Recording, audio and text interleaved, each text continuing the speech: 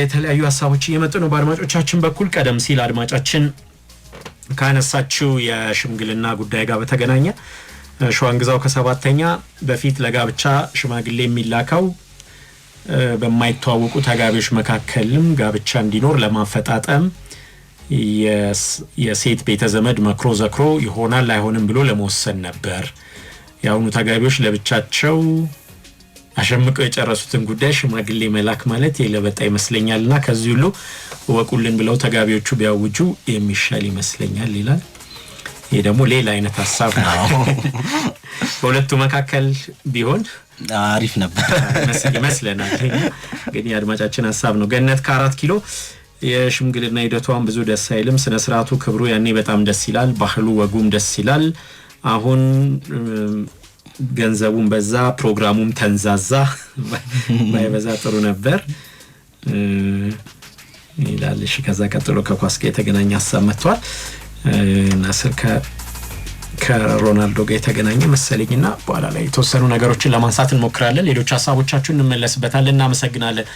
በዚህ ወደ አሜሪካ የጠቅላይ ፍርድ ቤቱ የወሰነው የትውልድ ዜግነት መብትን በተመለከተ ትራምፕን ብዙም አላስደሰታቸውምና በዚህ ሁለተኛ የፕሬዝዳንት ስልጣን ዘመናቸው ወደ ዋይት ሃውስ እንደተመለሱ ከወሰኗቸው የፕሬዝዳንታዊ ትዕዛዞች መካከል አንደኛው የአሜሪካ ህገ መንግስት በህገ መንግስት የጸደቀ አንድ ልጅ ወንድም ሴትም ሊሆኑ ይችላሉ አሜሪካ ውስጥ ሲወለዱ በመወለዳቸው ብቻ የአሜሪካ ዜግነትን ያገኙ ነበር። ይሄንን 14ኛው የአሜሪካ ህገ መንግስት ማሻሻያ ላይ በህገ መንግስት የተሰጠ መብት ነው እና ይሄንን አግደው ነበር። ያው ከዛ ክርክሮች ሲደረጉ ነበርና የጠቅላይ ፍርድ ቤቱ እንግዲህ ውሳኔ እንዲሰጥበት ጉዳዩ ወደዛ ቀርቦ ነበርና በአሜሪካ ምድር የሚወለዱ ሁሉ የአሜሪካ ዜግነትን የሚያረጋግጠው ይሄንን ህገ መንግስታዊ መብት ይቀጥል በማለት 6-3 በሆነ ድምጽ ውሳኔ ተሰጥቶበታልና ጸድቋል። ያው እሳቸው ደስተኛ አይደሉም። ገና ትግላችን ይቀጥላል ብለዋልና እንግዲህ ምን ማለት ነው? በአሜሪካ ውስጥ የተወለዱ ልጆች ወላጆቻቸው ህጋዊ መኖሪያ ፈቃድ ላይኖራቸው ይችላል፣ ግሪን ካርድ የሚባለው ማለት ነው። እሱም ባይኖራቸው ወይም ደግሞ ጊዜያዊ የጉብኝትም ወይም በሌላ ለትምህርትም ብቻ በሆነው መንገድ ቪዛ ተሰጥቷቸው አሜሪካ ከገቡ በኋላ እዛ የወለዱ እናቶች ልጆቻቸው ያው አውቶማቲካሊ ወዲያውኑ የአሜሪካ ዜግነትን ያገኛሉ። ይሄ በጣም የሚታወቅና አሜሪካንን አንድ ተመራጭ የሚያደርጋት ጉዳይ ይሄ ነበርና አንዳንድ ሰዎች ልጅ ለመውለድ የሚሄዱት እዛ አይ ብዙ በዓለም ላይ በእኛ ሀገርን ጨምሮ በርካታ ሰዎች ይሄንን ያደርጋሉና በዚህም ብዙ ይሄንን የተጠቀሙ ብዙ ሰዎች አሉ። ይሄንን ግን አሁን ገና እንደመጡ ይሄንን ክልከላ አድርገዋልና የህገወጥ ስደተኞችና ለጊዜው መጥተው አሜሪካን የሚጎበኙ ጎብኚዎች የሚወልዷቸው ልጆችን ዜግነት የሚከለክል ፕሬዝዳንታዊ ትዕዛዝ ነበር የሰጡትና በዛ ምክንያት እንግዲህ ያው ክርክር ሲደረግበት ነበር። አሁን 6-3 በሆነ ውጤት ጸድቋልና ይቀጥል ይሄ ውሳኔ ብለዋልና በዚህ እንግዲህ ስደተኛ ቤተሰቦች ለሰብአዊ መብት ተሟጋቾች የተለያዩ በዚህ ጉዳይ ላይ የሚሰሩ እነሱ በጣም ደስ ብሏቸዋል። ትራምፕና ይሄንን ጉዳይ የሚቃወሙ ደግሞ በጣም ከፍቷቸዋልና ትራምፕ ወዲያውኑ ነው በዚህ በትሩ ሶሻል ማህበራዊ ገጻቸው ላይ ኮንግረሱ ለሀገራችን ውድና ኢፍታዊ የሆነውን በትውልድ የሚገኝ የዜግነት መብት ለማስቀረት ዛሬውኑ ስራ መጀመር አለበት ብሏልና ሙሉና ያልተገደበ ድጋፌን እሰጠዋለሁ ብለው ሐሳባቸውን አስፍረዋል። ምን ማለት ነው? አሁን ህግ ሆኖ ደግሞ እንደገና እንዲወጣ በዛ በኩል ትግላችንን እንቀጥላለን ብለዋልና ያው ዳኞቹ 6-3 በሆነ ድምጽ ስለሆነ የወሰኑት ውሳኔው የተለያየ ሐሳባቸውንም ከዛ በኋላ ለምን ያንን ውሳኔ እንደወሰኑ አንጸባርቀው ነበር። የጠቅላይ ፍርድ ቤቱ አንደኛው ዳኛ ጆን ሮበርትስ የሚባሉት ይሄ ህገ መንግስቱ የአሜሪካ ህገ መንግስት በዚህ ምድር ለተወለደ ማንኛውም ነፃ ሰው በአሜሪካ ምድር ለተወለደ ማንኛውም ነፃ ሰው የሚሰጥ መብት ያለውን ያንን የማስቀጠል ውሳኔ ነው። ፍርድ ቤቱም ያንን ነው ያደረገው ብለዋልና ተቃራኒ ደግሞ አንድ ሌላ ዳኛ ክላረንስ ቶማስ እና ሳሙኤል አሊቶ የሚባሉ እነሱ የትራምፕ ክላረንስ ቶማስ ደጋፊ ናቸውና እነሱ ምናሉ ይሄ ውሳኔ ለውለድ ብለው ወደ አሜሪካ ለሚመጡ የወሊድ ቱሪስቶች ያላቸው በርዝ ቱሪስት መንገድ የሚከፍት ነውና በማለት ተችተውታል። ብቻ በአጠቃላይ ውሳኔው በአሜሪካ ውስጥ የተወለደ ልጅ አሁንም ሙሉ አሜሪካዊ ዜግነቱን የሚያረጋግጥ ሆኖ ይቀጥል ተብሏልና እንግዲህ ከዚህ በኋላ ደግሞ የት ድረስ ሊወስዱት ይችላሉ የሚለው እንግዲህ በኮንግረስ እንደገና ሌላ ህግ አድርጎ ያንን የማስቀየር አይነት ደረጃ ላይ ደርሶ ከሆነ አላውቅም። ግን ይሄ ህገ መንግስታዊ መብት ነው። ህገ መንግስታዊ መብትን ፕሬዝዳንታዊ ትእዛዝ ሊሽሩ አይችልም የሚል ክርክር ነበር የተደረገበት። በክርክሩ የትራምፕ ሀሳብ ተሸንፏል ማለት ነው። ያው በጣም የሚያናዳቸው ይመስለኛል። አንድ የመጀመሪያ የስልጣን ዘመናቸው ላይ ያደረጉት ነገር የጠቅላይ ፍርድ ቤቱን የራሳቸው ፓርቲ ደጋፊዎችን ማብዛት ነበር አይደለ? ዴሞክራቶቹ አንድ የተጎዱበት ምክንያቱ እሱ ነበር።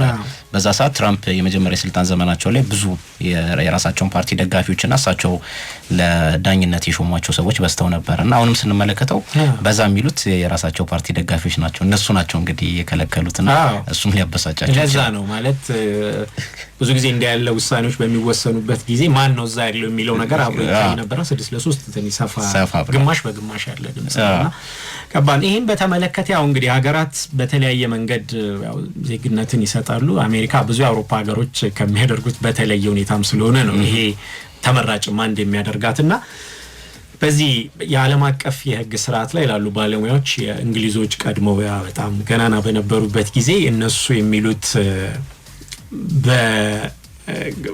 በመሬት ውስጥ የመሬት የሚሉት እዛ በተወለድክበት መሬት ወይም በተወለድክበት አፈር ወይም በዛች ምድር በመወለድህ ብቻ የዛ ሀገር ዜጋ ትሆናለህ የሚለው አንደኛው ነው አይደል? በሌላ በኩል ደግሞ በዘር በደም ደግሞ ሌላኛው ዜግነት አለ። እሱ ደግሞ ቀድሞ የጥንታዊ የሮማውያን ህግ ደግሞ ነው እሱን በጣም ያስተዋወቀው እና በዛ ምክንያት አንዳንድ ሀገሮች ስትወለድ በመወለድ ብቻ ያንን ታገኛለህ። ለምሳሌ አሁን ዱባይ እዛ ሆነው ለምሳሌ ኢትዮጵያውያን ቤተሰቦች ዱባይ ይኖራሉ። እዛ ኖረው ሰርተው አፍታፍርተው ወልደው የፈለገን ያህል ቢተላለፍ የዱባይን ዜግነት አያገኙም። በተለየ መንገድ በሌላ ሁኔታ ካልሆነ በስተቀር እዛ በመወለዳቸው ብቻ ያንን መብት አያገኙም። ብዙ ሀገሮችም ይሄ የለም። ስለዚህ በዘር ነው መሰለኝ በዘር ነው። ኢትዮጵያም በተመሳሳይ በደም ነውና በመወለድ አይገኝም። ስለዚህ አሁን ዱባይ ሆኖ ለምሳሌ ያሉ ኢትዮጵያውያን እዛ ሆኖ ልጅ ወለዱ።